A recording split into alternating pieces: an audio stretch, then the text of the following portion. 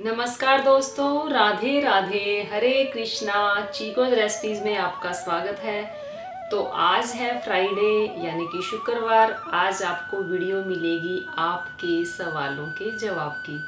तो इस बार जो आपके जो सवाल हैं वो अक्षय तृतीया से रिलेटेड ज़्यादा हैं, तो आपको अक्षय तृतीया से रिलेटेड ही सवाल जवाब मिलेंगे। और बाकी जो पिछली बार रह गए थे, जो मेरी आंखों के आगे नहीं आए थे, तो उनके जवाब भी आपको मिल जाएंगे, क्योंकि आप लोगों के जो सवाल हैं वो बहुत ज़्यादा हैं इस बार। तो ज़्यादा टाइम ना गवाएं, तो पहला सवाल ले लेते हैं।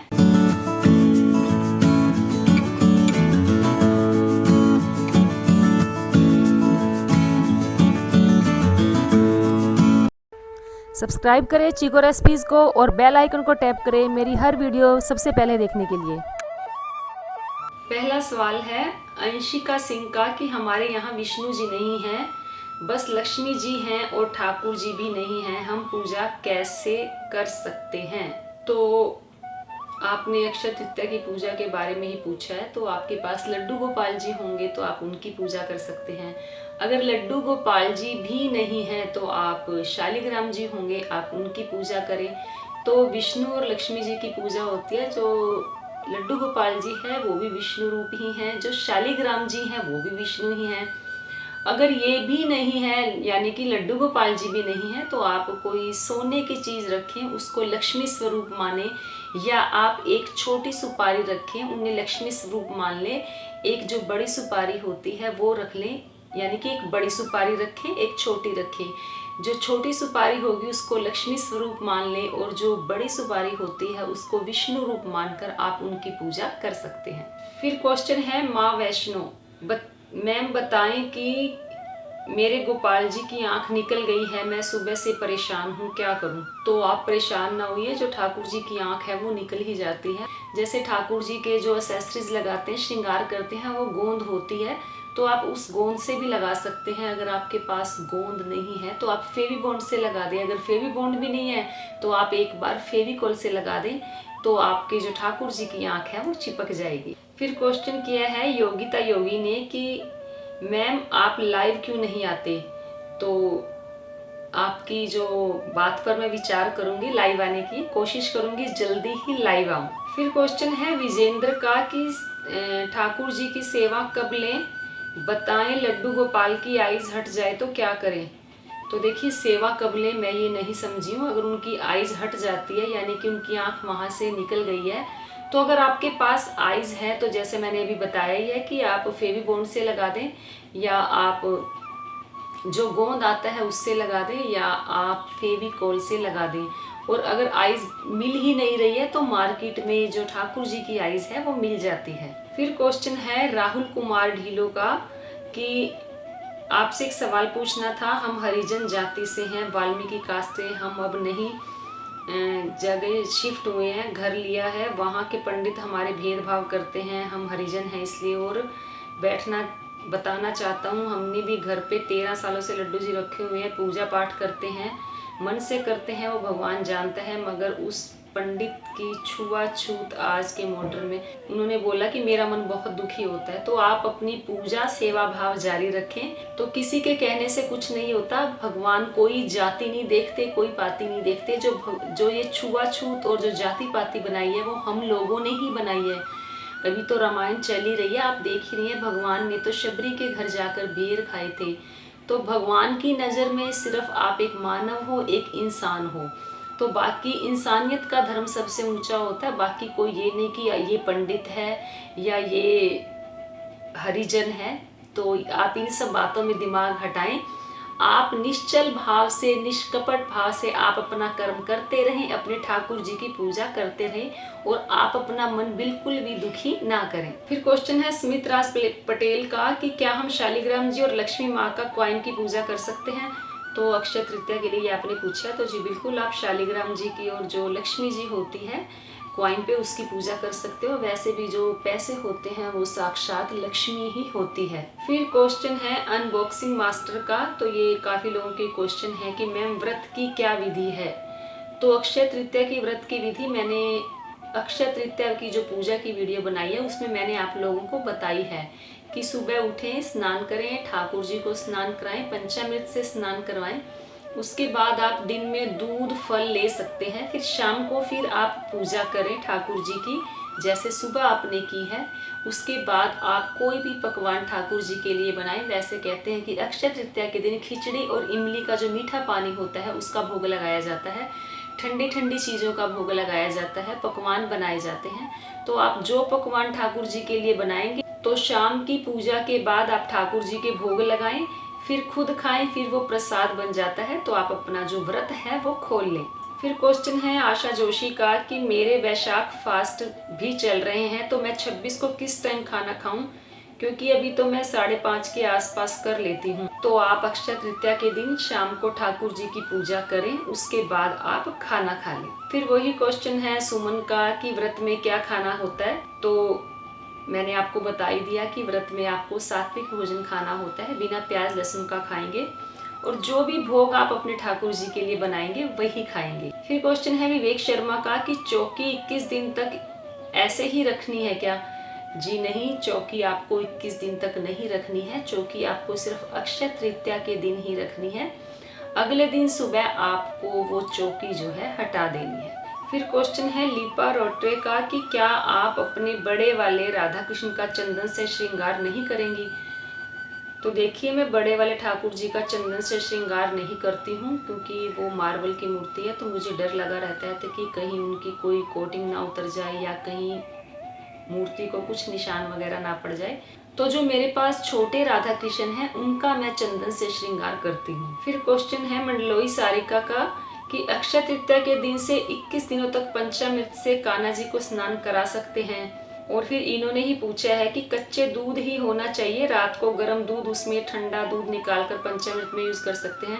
तो देखिए, आप 21 दिन तक जो पंचामृत है उससे स्नान आप ठाकुर जी को करवा सकते हैं। और रही बात कि आप जो दूध आप ठंडा बोल रहे हैं, तो देखिए कच्चे दूध से ही पंचामृत बनाया जाता है। आप कच्चा दूध किसी एक कटोरी में डालकर फ्रिज में रख सकते हैं, अगले दिन उस कच्चे दूध को यूज कर सकते हैं। फिर क्वेश्चन है विद्या गेस्टा का कि बाल गोपाल खरीद कर लाए हैं और घर में बहुत टाइम हो गया है, मुझे उनकी पूजा और सेवा कैसे करनी है मुझे कुछ भी नहीं पता, और मैंने उनको तब से लाकर ऐसे ही रखे हैं मंदिर में। तो देखिए, आप मेरे चैनल पर जाएं, आपको काफ़ी वीडियोस मिल जाएंगी जिसमें ठाकुर जी की सेवा कैसे की जाती है। अगर आप सेवा करना चाहती हैं तो आप चैनल पर जाकर वीडियोस देखें, तो आपको पता लग जाएगा कि ठाकुर जी की सेवा कैसे करनी है। फिर क्वेश्चन है हिताक्षी होम का कि आपका विग्रह कौन से मार्बल के हैं। तो देखिए, मुझे ही नहीं पता कि कौन सा मार्बल है, हाँ लेकिन इतना पता है कि जो ठाकुर जी और राधा रानी है वो मार्बल के ही हैं। फिर क्वेश्चन है अंजलि ग्रोवर का कि मैम मेरे कान्हा जी का फर्स्ट बर्थडे 28 अप्रैल को है, उनका बर्थडे सेलिब्रेशन मॉर्निंग में करूं या फिर इवनिंग में।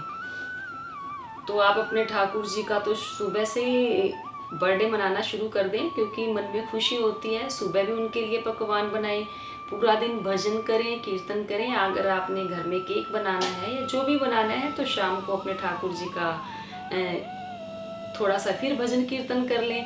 तो देखिए, पूरा दिन उत्सव ही है, ठाकुर जी का जन्मदिन है, तो पूरा दिन ही मना सकते हैं ठाकुर जी के लिए। कोई स्पेशल तो है नहीं कि सुबह मनाएं या आप शाम को मनाएं। फिर क्वेश्चन है रंजू ठाकुर का कि चंदन का श्रृंगार सुबह ही करना है या दिन में। तो देखिए, ठाकुर जी का श्रृंगार आप दिन में भी कर सकते हैं। जैसे एक बार सुबह आपने ठाकुर जी को स्नान करवा कर बिठा दिया, फिर उसके बाद आपको जब टाइम लगे तो ठाकुर जी के बड़े मन से चंदन का श्रृंगार करें, क्योंकि चंदन का श्रृंगार करने में टाइम लगता है और सुबह सुबह सबको होती है काम की जल्दी। तो जब ठाकुर जी की सेवा करेंगे तो भाव भी तो होने चाहिए और मन में ये होना चाहिए कि हम बिल्कुल तसल्ली से उनका श्रृंगार करें। तो आप दिन में भी कर सकते हैं। फिर क्वेश्चन है आरती जुनेजा का कि मुझे किसी भी पाठ से शांति नहीं मिलती, मन भटकता रहता है, कोई उपाय बताएं। तो देखिए, सबसे बड़ी मुसीबत तो मन की ही होती है, क्योंकि हर चीज को समझाया जा सकता है लेकिन मन को नहीं समझाया जा सकता, क्योंकि मन हमारा बहुत चंचल होता है। ये हवा से भी तेज भागता है। आपने देखा होगा कि मन ही मन में हम कुछ सोचते हैं, आज यहाँ बैठे हैं तो एक पल में ही हम किसी दूसरे 7 समंदर पार भी जाकर बैठ जाते हैं अपनी कल्पना में।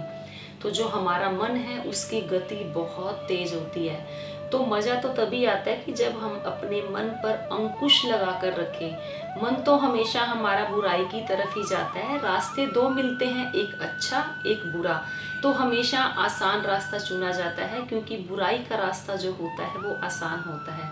जो सच्चाई का और अच्छा रास्ता होता है उसमें बाधाएं जरूर आती है, लेकिन वो रास्ता सही होता है। तो आप यूँ सोचिए कि आपने तो पूजा करनी ही करनी है, ठाकुर जी की सेवा कर रहे हो तो करनी ही करनी है।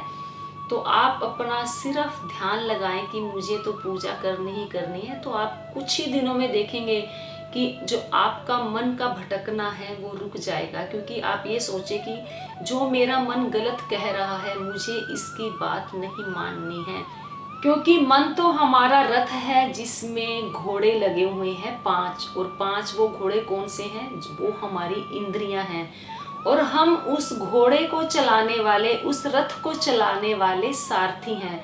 यानी कि हमें अपने मन रूपी रथ को चलाना है। लेकिन होता इसका उल्टा है, जो मन है वो हमारा सारथी बन जाता है और जो हम हैं वो बन जाता है रथ। तो जबकि हमें अपने मन को चलाना चाहिए, लेकिन मन हमें चलाता है। तो यही दिक्कत है कि जो मन चंचल है वो हमें भटकाता है, तो हमें उसको काबू में रखना चाहिए। यानी कि हमें अपने मन रूपी रथ को काबू में रखना चाहिए, जिससे जीवन में सुख ही मिलेगा। फिर क्वेश्चन है दामिनी अग्रवाल का कि रात को क्या सारा चंदन उतार कर फिर सुलाना है? तो जी बिल्कुल, अक्षय तृतीया पर जब आप ठाकुर जी का चंदन से श्रृंगार करोगे तो उनका जो चंदन है वो उतार कर ही उन्हें सुलाएंगे। फिर क्वेश्चन है अनिकेत भाटिया का कि मैं भगवान की आरती फोन से चला सकती हूँ?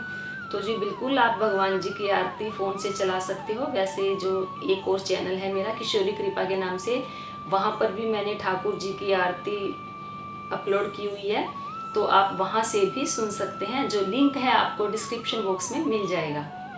फिर क्वेश्चन है राजीव बाली का कि हमारे अमृतसर में अभी इतनी गर्मी नहीं है, अभी तो पंखा भी 3 नंबर पर ही चलता है, तो कान्हा जी का चंदन श्रृंगार कैसे करूं? वो तो ठंडा है, तो क्या करें? तो देखिए, ये तो फैक्ट है कि अभी इतनी गर्मी नहीं आई है जो ठाकुर जी का चंदन से श्रृंगार किया जाए, लेकिन अक्षय तृतीया पर उनका चंदन से श्रृंगार किया जाता ही जाता है। तो जब आप चंदन का श्रृंगार करें तो अगर आपके पास केसर हो तो आप 2-3 पत्तियां केसर की डाल दें। फिर क्वेश्चन है शुभांकर बख्शी का कि पुरानी पोशाक आप धोकर पहना सकते हैं? तो देखिए, जो गोपाल जी की पुरानी पोशाक है उन्हें नहीं धो सकते हैं, क्योंकि इस पर गोटा की नारी लगी होती है तो वो खराब हो जाती है। अगर आपके पास युगल जोड़ी है, राधा कृष्ण है, उनकी ड्रेस आपने घर पर बनाई हुई है तो उसे आप धो सकते हैं, क्योंकि उसके अंदर बुकरम वगैरह नहीं लगी होती। फिर क्वेश्चन है आर्ट एंड क्राफ्ट का कि बता दो अक्षय तृतीया का व्रत कैसे करते हैं, क्या खाना है क्या नहीं खाना, और व्रत कब खोलना है? तो ये सब मैंने वीडियो में भी बताया ही था कि आपको व्रत कैसे करना है, और अभी आपने जो क्वेश्चन आंसर सुने हैं उन्हीं में भी मैंने आपको बता ही दिया है कि जो आपको व्रत कैसे करना है और व्रत कैसे खोलना है। फिर क्वेश्चन है अमन का कि मंदिर के विग्रह काले हो चुके हैं, बहुत पुराने भी, तो क्या उन्हें विसर्जन करके नए खरीद सकते हैं? सारे के सारे और लक्ष्मी सरस्वती जी, दुर्गा जी की मूर्ति भी ले सकते हैं क्या? 3 देवी एक मंदिर में नहीं रखते तो क्या करूं? हनुमान जी भी रख सकते हैं घर में। तो देखिए, आप कोई भी देवी देवता घर में रख सकते हैं। जैसा कि आपने कहा कि जो विग्रह है वो काला पड़ गया, तो या तो वो पीतल के हैं, आपने ये नहीं बताया कि पीतल के हैं या किसके हैं। तो जो पीतल के हैं अगर वो काले हो गए हैं तो वो साफ हो जाएंगे, आप पीताम्बरी से उन्हें साफ कर सकते हैं। फिर क्वेश्चन है अजीता आनंद का कि श्रीमद् भागवत महापुराण के कौन कौन से पाठ लेने होंगे जो घर में पढ़ी जा सकती है? तो श्रीमद् भागवत पुराण होता है वो एक पूरी बुक होती है, उसका अलग अलग पार्ट नहीं होता है। तो आपको जब भी बुक लेनी होगी वो पूरी बुक ही लेनी होगी। फिर क्वेश्चन है आभा का कि सत्यनारायण की कथा भी कर सकते हैं क्या उस दिन? तो आपने अक्षय तृतीया के लिए पूछा है। तो देखिए, ये तो पूजा पाठ है, आप सत्यनारायण की कथा भी कर सकते हैं, भजन करें, कीर्तन करें, वो आपकी इच्छा है। फिर क्वेश्चन है शिखा मित्तल का कि शंख के चावल का क्या करें, रोज शंख में क्या भरें। तो आपको अक्षय तृतीया के दिन जो चावल शंख में भरेंगे, फिर आपको वो शंख चावल सहित मंदिर के अंदर रख देने हैं। और आपको ये नहीं कि आपको 21 दिन तक रोज रोज उन चावलों को बदलना है। फिर क्वेश्चन है उमा मंत्री का कि जो गोपाल जी के लिए पोशाक बनाई है मैंने, वह मैं आपको कैसे बताऊं कि सही बनी है या नहीं, और कुछ ऐड करना पड़ता है या नहीं, उसमें बताइए प्लीज़, मुझे गाइड करें। तो देखिए, जो आपने पोशाक अपने मन से बनाई है, अपने भाव से बनाई है, वो अच्छी ही बनी होगी। फिर क्वेश्चन है चंदन सचदेव का कि मैं आपकी न्यू सब्सक्राइबर हूँ। एक सवाल है मेरे पास, राधा कृष्ण की युगल सरकार भी है और लड्डू गोपाल जी भी हैं। अब आप ये बताओ कि अक्षय तृतीया वाले दिन लड्डू गोपाल जी को ही चंदन का लेप लगाते हैं या युगल वाले कृष्ण जी को भी लगाते हैं। तो दोनों को ही लगाते हैं, युगल सरकार को भी लगाते हैं और लड्डू गोपाल जी को भी चंदन का श्रृंगार किया जाता है। फिर क्वेश्चन है शर्मिला मुखर्जी का कि आपने पूजा के बारे में इतनी बातें, कथा और लेफ्ट हैंड से ठाकुर जी को भोग लगाते हो।